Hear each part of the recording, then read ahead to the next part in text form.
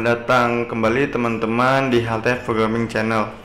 Nah, pada episode kali ini kita bakal membahas kayak frameworknya CSS. CSS itu kan cascading style tuh untuk mempercantik tampilan HTML kita ya.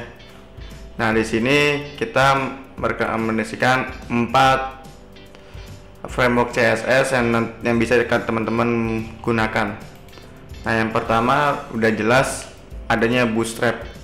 Dan kalau saya dari Bootstrap, ini jelas dia most popular front end open source gitu ya.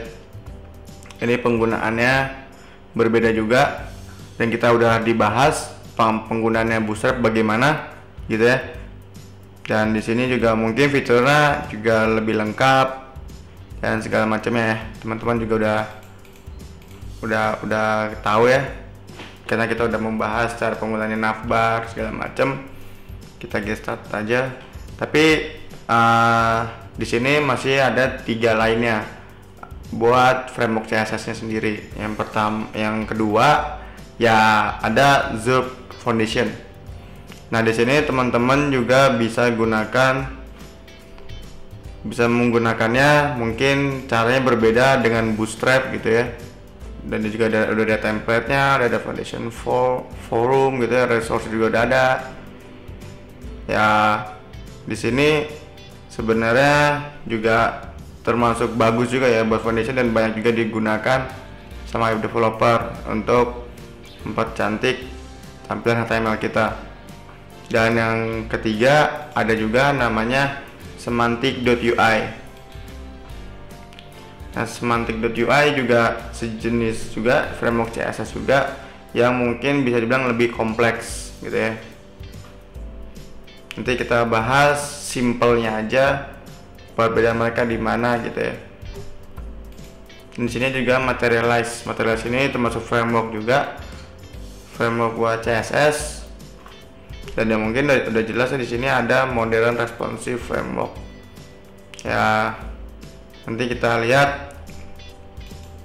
Oh ya, dan buat keempat mereka ini cara penggunaannya beda-beda ya. Mungkin kalau teman-teman tahu Bootstrap, cara penggunaannya tinggal di copy aja yang starter template-nya. Dan kalau untuk yang Foundation, mungkin teman-teman bisa explore sendiri ya bagaimana cara menggunakannya si Foundation itu. Dan dia juga lengkap ya, ada CSS-nya, ada SAS-nya juga ya, sama seperti Bootstrap. Bootstrap juga memiliki SAS-nya sendiri ya. Nah, dan untuk semantic.ui juga mungkin getting started-nya berbeda, dan dia udah mengarahkan step-stepnya bagaimana teman-teman untuk menggunakan semantic.ui itu sendiri ya. Nih, di sini udah ada cara installing gitu ya. Mau di Mac, mau di Linux, mau di Windows, dia udah memberitahukan bagaimana caranya menginstal Node.js-nya.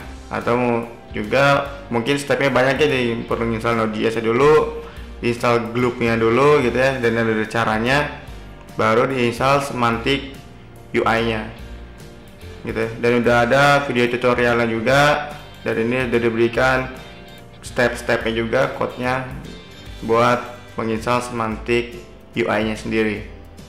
Atau mungkin kalau misalnya kita tahu kayak Bootstrap tinggal kopas aja gitu ya. Dan semantic.ui juga udah memberikan include in your HTML gitu. Jadi mungkin juga syaratnya sama aja, setiap framework mungkin ada beberapa code yang harus kita masukkan ke dalam HTML buat memanggil library itu sendiri ya. Di sini mungkin semantic juga ya hampir sama, kayak ada style sheet-nya punyanya semantic gitu ya. Ya, semantic underscore /semantic.min.css gitu ya. Cara penggunaannya juga mungkin teman-teman bisa explore sendiri lagi bagaimana cara penggunaan buat di HTML-nya gitu ya, biar lebih lengkapnya. Sama juga si Materialize ini juga banyak step-stepnya, dan juga mungkin teman-teman mengenal CDN gitu ya, tinggal di kopas aja di halaman HTML kita. Dan atau mungkin teman-teman mau menginstal via npm. Dan Bootstrap juga bisa menginstal via npm juga ya, buat teman-teman mengetahui kayak jenis warnanya, margin paddingnya, dia berapa sih ukurannya gitu ya. Teman-teman bisa mengetahuinya dari situ juga. Nah, Bootstrap juga memberitahu kalau misalnya teman-teman penasaran mau melihat dalamannya si Bootstrap itu sendiri, dan bagaimana pengen kita mengcustomize CSS-nya si Bootstrap. Seperti ini ya caranya, kalian bisa install via npm, dan mungkin teman-teman bisa langsung aja di download ya compiler CSS dan JS nya. Jadi nanti Bootstrap itu sendiri langsung memberikan file CSS sama JS nya, dan dimana teman-teman bisa memodifikasinya secara langsung. Jadi kan teman-teman tinggal panggil CSS nya, tinggal panggil script JS nya, langsung bisa digunakan. Kalau saya untuk foundation juga ya hampir sama ya. Jadi ketika kita ada download, nanti dia juga memberikan CSS dan Sass nya.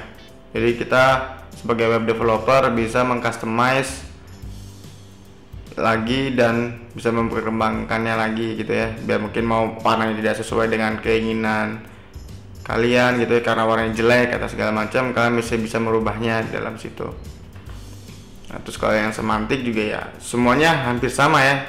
Mungkin dari segi warna teman-teman nggak menyukainya gitu ya, atau kurang menyukainya, bisa dirubah sendiri dengan install via npm ya, kayak gitu ya. Ada juga teman-teman bisa via download. Dan mungkin kalau misalnya kita lihat di sebelah kiri hampir sama ya cara penggunaannya. Jadi kalau misalnya di foundation dia juga memberikan template ya. Templatenya lumayan banyak gitu ya. Tapi mungkin ini foundation ini mungkin kalau buat template nggak ada yang gratis ya. Sama juga kayak di framework lainnya, mereka juga sebenarnya memberikan banyak template, mungkin kurang apa ya, familiar buat kita karena emang berbayar gitu ya framework dari mereka sendiri. Dan misalnya kita lihat ada juga elemennya button, masalah di Bootstrap itu namanya components gitu ya. Kalau di foundation itu lumayan banyak ya, dia toolsnya juga ya lebih kompleks ya kalau misalnya buat foundation. Sama sih sebenarnya semantik juga, tapi ya sekali lagi namanya juga framework, pasti dia mempermudah developernya ya. Jadi kayak kita tinggal kopas source code-nya, dan ini juga sama ya, kita mungkin ke button, ini juga ke button. Nah, kita udah masuk ke buttonnya. Di sini mungkin ada view source gitu ya. Nah, kita tinggal kopas. Syaratnya kalau setelah kita udah masuk ke sini, teman-teman udah mengikuti step-step yang diarahkan dari semantiknya atau dari framework yang kalian menggunakan gitu ya. Nah, juga sama ya, cara penggunaannya juga ada view source. Kita tinggal kopas, tinggal ikutin aja, dan mereka juga punya kelasnya masing-masing gitu ya. Kalau misalnya di Bootstrap kelasnya BTN primary gitu ya. Kalau misalnya di semantik namanya UI spasi button, karena berbeda penggunaannya gitu ya. Dan mungkin animasinya juga udah ada gitu ya, tinggal kita source, tinggal kita view source gitu ya. Nah, kita lihat dia ada kelasnya juga berbeda dengan cara penggunaannya si Bootstrap gitu ya. Untuk buttonnya Bootstrap sebenarnya kayak kurang animasi lah, kayak biasa aja gitu, button pada umumnya aja. Tapi kalau misalnya pakai semantik, kita bisa menambahkan kayak sejenis animate-nya gitu lah, animate pada buttonnya, dan buttonnya juga mungkin bisa lebih cantik ya. Setelah kita lihat mungkin di Bootstrap kalau misalnya bawaannya gitu ya kurang dipercantik, jadi kayak buttonnya pada umumnya aja kayak cuman kotak warna atau nggak pakai hover gitu ya. Dan kalau di semantik bisa dimodifikasi, tinggal kita cukup panggil kelasnya aja, sama kayak Bootstrap tinggal panggil kelasnya ya, udah udah jelas cara penggunaannya juga berbeda. Teman-teman bisa explore sendiri cara penggunaannya masing-masing gitu ya. Materialize juga komponen, buttons gitu ya, penggunaannya juga beda-beda ya.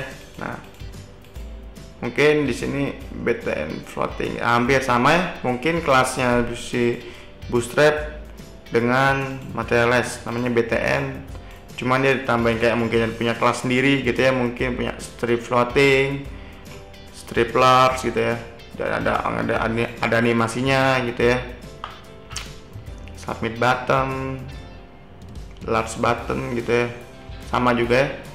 Setelah kita lihat di sini di Bootstrap juga ada size-nya, ada large sama ada small.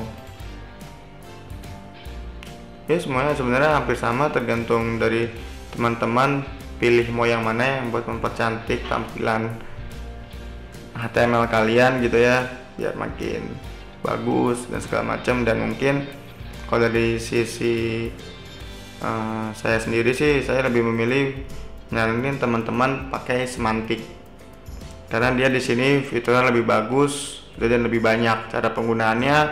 Teman-teman bisa explore sendiri gitu ya.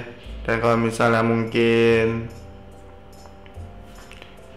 di Bootstrap juga kayak kurang bagus gitu ya, atau nggak cuma minimal aja, tapi kalau di semantik kita lihat buttonnya lumayan kompleks dan juga bagus gitu ya, kebanding dari Bootstrap maupun Materialize yang buttonnya cuma manual dan biasa aja.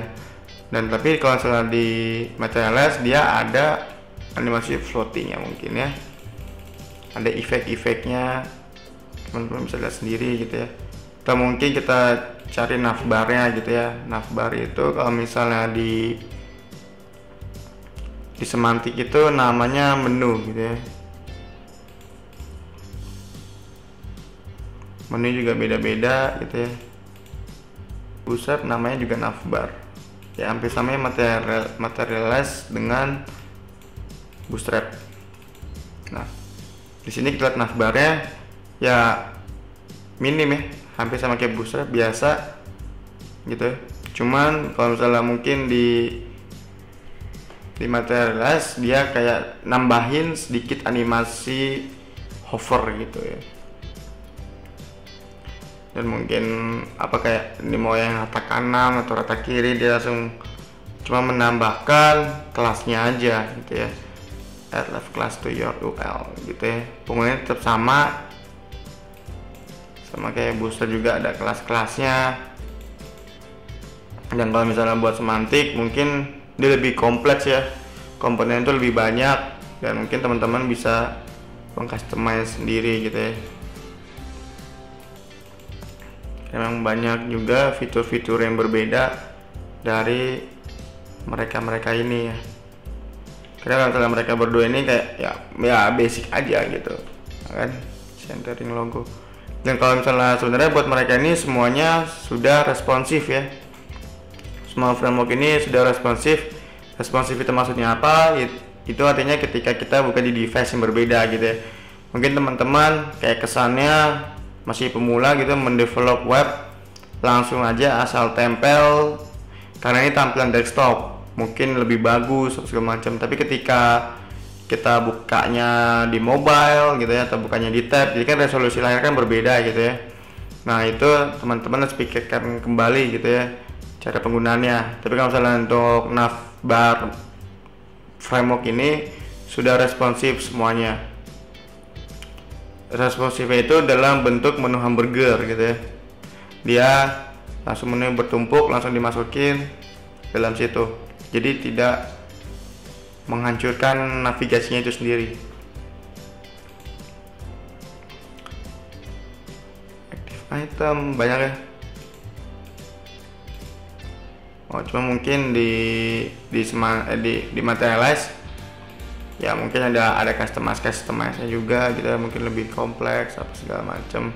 Tapi ya kesannya tetap sebenarnya tetap manual ya, tetap kayak minimal aja, kayak biasa aja kayak pada umumnya navbar aja. Banyak juga Bootstrap juga banyak cara penggunaannya. Teman-teman bisa mengeksplor sendiri gitu ya. gimana cara mengubahnya atau segala macam. Kalau misalnya untuk bootstrap, teman-teman bisa lihat di video sebelumnya ya, karena kita udah membahas cara mengubah navigasi gitu ya pada bootstrap. Kayaknya cukup ya teman-teman ya buat pertemuan kali ini. Terima kasih buat teman-teman yang sudah menonton. Jangan lupa di like, comment, dan subscribe ya. See ya.